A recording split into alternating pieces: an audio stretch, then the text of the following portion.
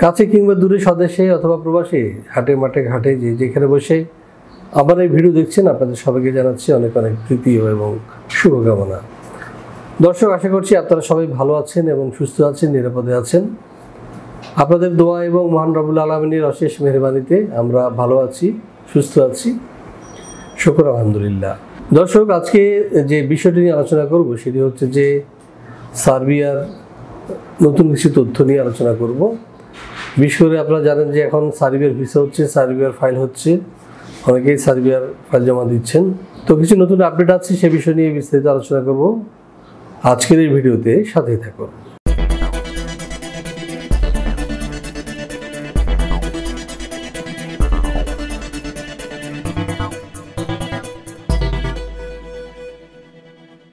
দর্শক, আপনারা নিশ্চয়ই জানেন যে সার্বিয়া একটি নন সেনজেনভুক্ত দেশ, কিন্তু এটি অচিরেই সেনজেনভুক্ত দেশে পরিণত হওয়ার সম্ভাবনা খুবই বেশি। কেননা অলরেডি তারা যে ইউনিয়নভুক্ত হওয়ার যে ক্যাটাগরি বা ক্রাইটেরিয়া সেটি পূরণ করতে চলেছে। তো এক্ষেত্রে আপনারা সার্বিয়াকে বেছে নিতে পারেন কম বাজেটে। বিশেষ করে যারা মধ্যপ্রাচ্যে যেতে চান তাদের তো 5-6 লাখ টাকা চলেই যায়, বা ধরুন সিঙ্গাপুর, মালয়েশিয়ায় এই টাকা খরচ হয়ে যায়। এর সাথে কিছু যোগ করে আপনি কিন্তু ইউরোপের একটি দেশে যেতে পারেন। এখন প্রশ্ন হচ্ছে যে আমি সার্বিয়া কেন যাব, আমি কেন সিঙ্গাপুর যাব না, বা মালয়েশিয়া যাব না, বা মধ্যপ্রাচ্যে যাব না?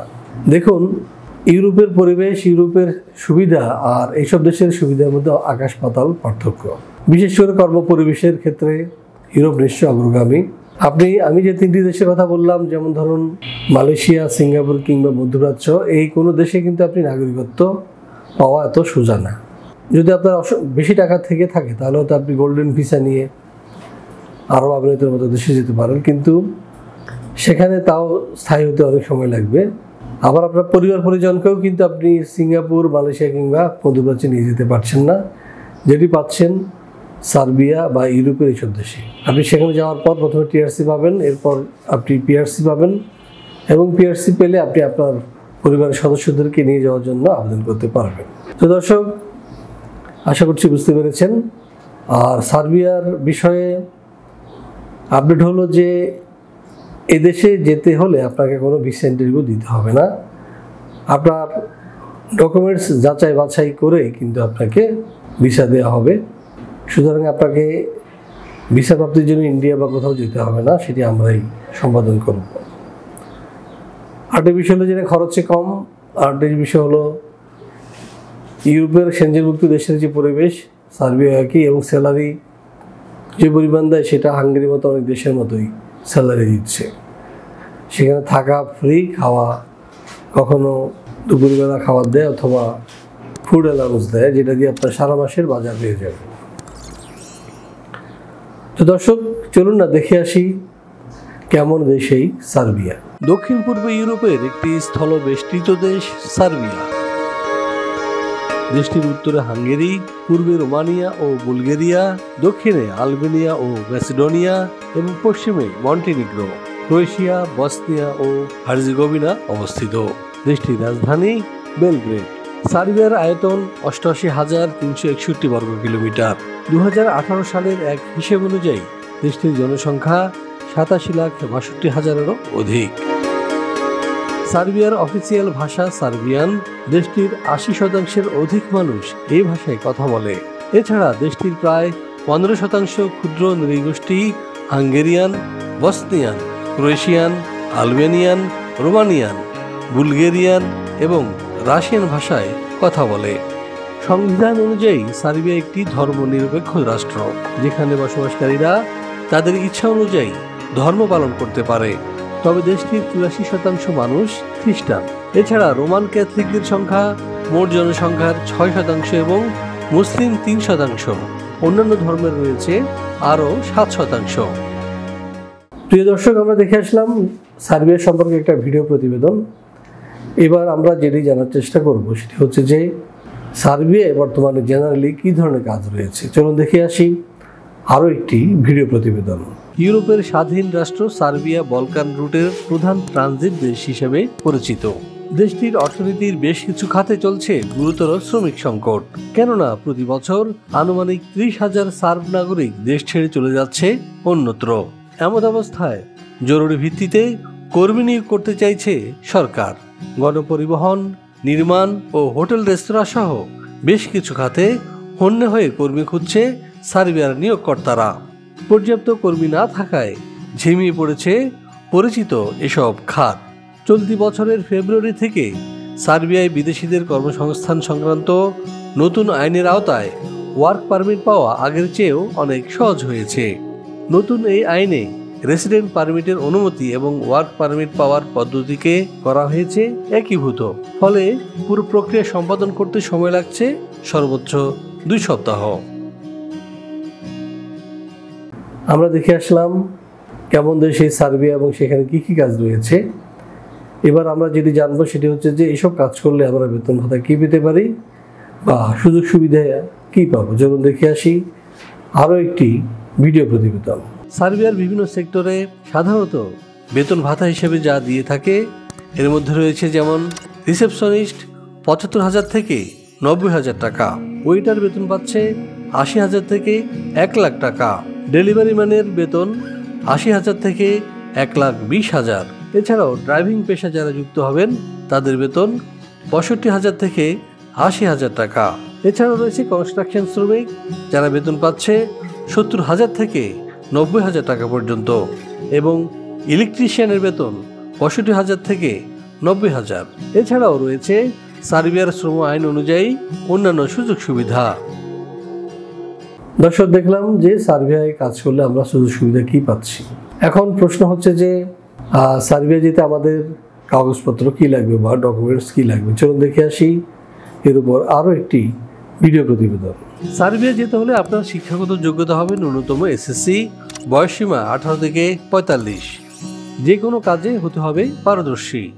শরীরে এইডস, ক্যান্সার, হেপাটাইটিস সি কিংবা করোনা থাকা এবং কোনো ফেক ডকুমেন্টস থাকা চলবে না। ফাইল জমা দিতে আপনার প্রয়োজন হবে ভ্যালিড পাসপোর্ট, ছবি, শিক্ষাগত যোগ্যতার সনদ, কাজের অভিজ্ঞতা সনদ, পুলিশ ক্লিয়ারেন্স এবং বায়োডাটা।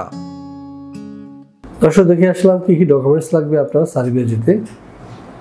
এখানে একটা কথা আপনাদের মনে করে দিই, সেটা হলো যে আপনি যে কাগজগুলো দিবেন সেগুলো যেন অথেন্টিক থাকে, অর্থাৎ আপনার পাসপোর্ট, এনআইডি, জন্ম নিবন্ধন এবং একাডেমিক সার্টিফিকেট বা প্রশংসাপত্র যাই পান না কেন সেখানে আপনার নাম, আপনার বাবার নাম এবং ঠিকানা ইত্যাদি সিমিলার হবে, এতে কোনো সন্দেহ নেই। এইভাবে যদি না দেন সেক্ষেত্রে আপনার ভিসা রিজেক্ট হয়ে যাবে। এছাড়াও আপনার প্রয়োজন হবে পুলিশ ক্লিয়ারেন্স। এটি যদি আপনি না দিতে পারেন তাহলেও কিন্তু আপনার ভিসা রিজেকশন হয়ে যাবে। আরেকটি বিষয় হলো যে আপনি যে কাগজ দিবেন সেটা যেন অরিজিনাল হয়, তা না হলে এসব কাগজ পরীক্ষা নিরীক্ষা করে যদি পাওয়া যায় যে সেখানে কোনো ঝামেলা আছে তাহলে কিন্তু আপনার ভিসা হবে না। সুতরাং কাগজপত্র প্রস্তুতি সাবধান। আপনাদের যে বাচ্চাদের জন্ম নিবন্ধন, যদি বাচ্চা থেকে থাকে তাহলে জন্ম নিবন্ধনের প্রয়োজন হবে। ইভেন আপনি ম্যারিড হলে সেখানেও আপনার যে ম্যারিটাল সার্টিফিকেট সেটি ইংলিশে ট্রান্সলেশন করে বা নোটারি পাবলিক করে সাথে দিতে হবে।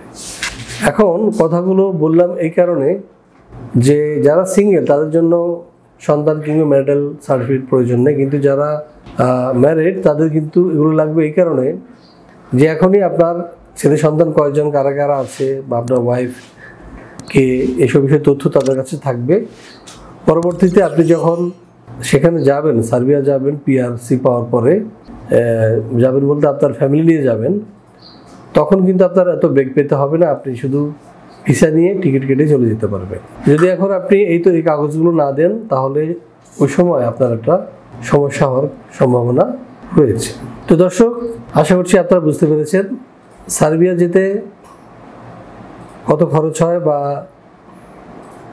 আরও আনুষঙ্গিক যদি কোনো প্রশ্ন থাকে তাহলে পাশে দেওয়া নাম্বারে ফোন দিন এবং আমাদের সাথে সরাসরি সাক্ষাৎ করতে হলে চলে আসবেন শনি থেকে বৃহস্পতিবার সকাল 10টা থেকে 6টার মধ্যে। তো দর্শক, আশা করি বুঝতে পেরেছেন। আর পার্সোনালি যদি আমার সাথে দেখা করতে হয় তাহলে আপনাকে আসতে হবে দুপুর 2টার মধ্যে, 10টা থেকে 2টার মধ্যে। ইভেন ফাইল জমাও আমরা সকাল 10টা থেকে 2টার মধ্যেই নিয়ে থাকি। তো দর্শক, আশা করি আপনাদের কাছে এই ভিডিওটি ভালো লেগেছে বা আপনাদের এই তথ্যগুলো কাজে লাগবে। সার্বিয়া একটা চাপ শুরু হয়েছে, এখন এটি আরও বেশি না হওয়ার আগে আমরা চাইবো যে আপনারা সার্বিয়ার ফাইল অতি দ্রুত জমা দিন, এবং যে আগে আসে সে তো আগে পাবে, এটা তো খুব স্বাভাবিক, কারণ দূতাবাসে একটা চাপ থাকে। এই জন্য যত দ্রুত আসবেন তত আগেই আপনি এগিয়ে থাকলেন। তো দর্শক, আমাদের এই চ্যানেলটি সাবস্ক্রাইব করার আমন্ত্রণ জানাবো এই কারণে যে আমরা সবসময় চেষ্টা করি আমাদের ভাইরা দেশের বাইরে কোথাও কাজ করতে চাইলে কোথায় কাজ পাবেন বা কোন কোন দেশে নতুন নতুন কী কাজ সৃষ্টি হয়েছে বা কর্মসংস্থান সৃষ্টি হয়েছে সে তথ্য আমরা কিন্তু তুলে ধরি এবং আপনারা কমেন্ট জানাবেন। আরেকটি কথা বলি, অনেকে আমাদেরকে প্রশ্ন করেন যে আপনাদের আরএল কত। এই বিষয়ে আমি একটু বলি। আমরা হলাম যে একটা ভিসা কনসালটেন্ট, আমরা ভিসা পরামর্শ দিই এবং আমরা বিভিন্ন আরএল ব্যবহার করি, কারণ একটি আরএল দিয়ে কিন্তু আপনার সব দেশ কভার হয় না, বা একটি আরএল ধারী কোম্পানি কিন্তু সব দেশে করতে পারে না। সুতরাং আমরা যেখানে সুযোগ সুবিধা পাই তাদের মাধ্যমে কিন্তু আমরা আপনাদের ফাইলগুলো দ্রুত প্রসেস করে থাকি। আরএলধারী যেসব কোম্পানি রয়েছে তারা যেটি করে সেটা হচ্ছে যে ওদের একটা কোটা থাকে, সে ধরেন সে 20 জন লোক পাঠাতে পারবে। যতদিন না তার 20 জন না হচ্ছে সে কিন্তু ততদিন আপনার ফাইল ফেলে রাখবে। 20 জন বা 30 জন হওয়ার পরে সে একটা গ্রুপ করবে, করে সে ফাইল জমা দিবে। এতে করে কিন্তু আপনার অনেক সময় নষ্ট হয়ে যাচ্ছে। আমরা যেটি করি, আমরা দ্রুতই ফাইল জমা দিই এবং দ্রুতই ওয়ার্ক পারমিট আমাদের চলে আসে এবং আমরা খুব দ্রুতই প্রসিড করি, সেটা ফাইল কম বেশি যাই হোক না কেন। তো দর্শক, আশা করি বুঝতে পেরেছেন। আজ আর কথা বাড়াবো না, সবাইকে অনেক অনেক প্রীতি এবং শুভকামনা জানিয়ে শেষ করছি আজকের এই ভিডিও। আল্লাহ হাফিজ। ভিসা প্রফেসরে ফাইল জমা দিতে ফোন করুন 09666912045 অথবা 01735733080 অথবা 01735724716 অথবা 013127112252 এবং ইমেল করতে পারেন visaprofessor2023@gmail.com। আমাদের সম্পর্কে আরও বিস্তারিত জানতে ভিজিট করুন www.visaprofessor.org এবং বিভিন্ন দেশের জব ভিসার আপডেট তথ্য জানতে ভিজিট করুন আমাদের অনলাইন পত্রিকা www.visanews24.com।